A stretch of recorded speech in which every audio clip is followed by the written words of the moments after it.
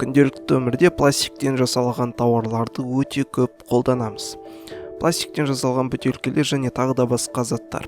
Оған қоса мынадай пакеттерді, салафанды пакеттерді кез келген жерден кездестіруге болады.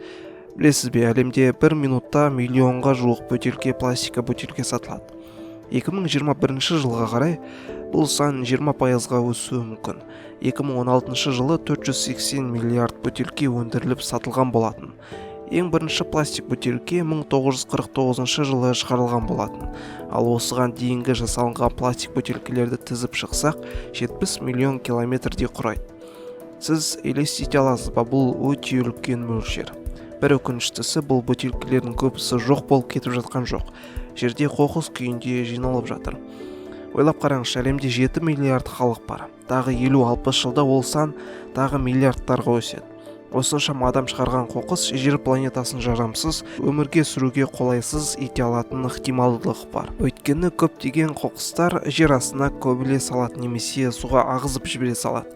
Ал бірақ ол қоқыстардың толық жойылып кету уақыттары әртүрлі.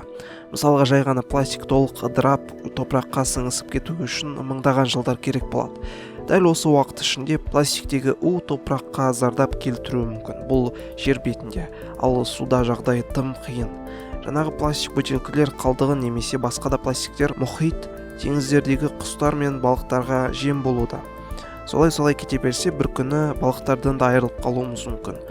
Оған қоса ондағы удың суға зиян келтіріп ішуге келмейтіндей қылатынын ескерсек, мұхиттардағы қалқып жүрген пластик бөтелкелер немесе басқа қоқыстарды адамзатқа зиян деген бір тоқтам жасай аламыз. Бірақ білесіз бе, біз тек қана пластик бөтелкелер туралы айттық.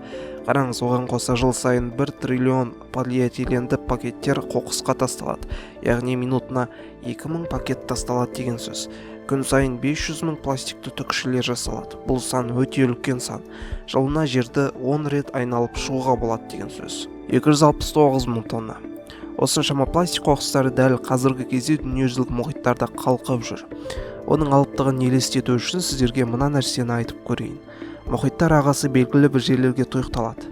Адамдар қоқыстарды суға тастағанда ағыс әсерінен сол тұйықталған жерлерге барып қонады. Ал ол тұйықталған жерлерде өте үлкен аралға ұқсайтын пластик қоқыстарынан және басқа да қоқыстардан жасалынатын аралдар пайда бола бастайды. Әлемде сондай қоқыстардан жасалған 4 ең үлкен арал бар. Солтүстік Американың батысында Тынық мұхитындағы атайгілі қоқыс аралы, Атлант мұхитындағы арал және Үнді мұхитында орналасқан арал. Жыл сайын 100 мыңдаған құс пен миллионға жуық балықтар осы қоқыстардың арқасында жоқ болуда. Өз кезегінде ол қоқыстар суды да, жердегі топырақты да ластап жатыр. Статистикаларға сүйенсек, егер қоқыс шығару осылай жалғаса берсе, 2050 жылға қарай мұхиттағы пластик қоқыс мөлшері балықтан да көп болады. Бұл дегеніміз, егер біз балық аулауға баратын болсақ, қармаққа көбінесе балық емес, пластик қоқыстары түсетін болады. Бірақ барлық нәрсенің шешімі бар деп айтуға болады. Қазіргі таңда ғалымдарымыз бұл үлкен проблеманы да шешуге тырысып жатыр. Мысалға, Индонезия ғалымдары жақында ғана крахмалдан жасалынған пакеттер ойлап тапты. Бұл пакеттердің пластик пакеттерден айырмашылығы жоқ болып көрінгенмен, крахмал пакеттер пластик емес және белгілі бір уақыттарда суда толығымен еріп кетеді. Тіпті ол суды сіз іше аласыз. Яғни ешқандай зияны жоқ.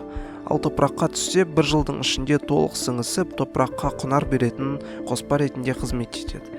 Егер бұны толықтай күнделікті өмірге енгізсе, біз пластик пакеттермен болатын мәселелерді толықтай құтылатын боламыз. Ал жер бетіндегі онсыз да бар қоқыстарды не істейміз?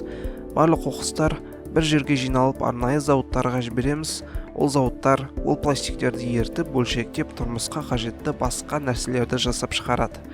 Мысалға, жиһаздар, киім және тағы да басқа. Дәл осылай біз пластик қоқыстармен болатын проблемалардан бір жолата құтыла аламыз. Бірақ кейбір бұл нәрсені түсінбейтін жабайылау адамдар сол қоқыстарды арнайы жәшіктерге салғаннан көрі кез келген жерге тастай салғанды жақсы көреді.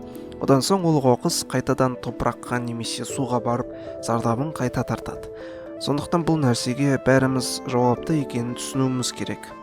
Ал видео соңына жетті. Біздің Instagram және VK парақшаларымыз видеоның сипаттамасында тұр. Ол жақта да сізге ұнайды деген ойдамын.